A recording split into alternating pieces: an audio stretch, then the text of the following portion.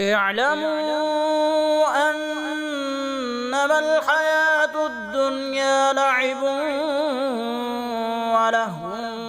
وزينة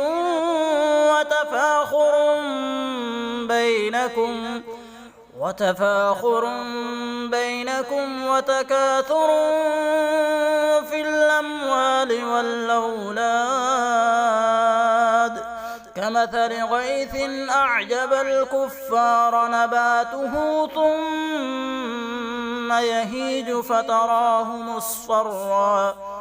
ثم يهيج فتراه مصفرا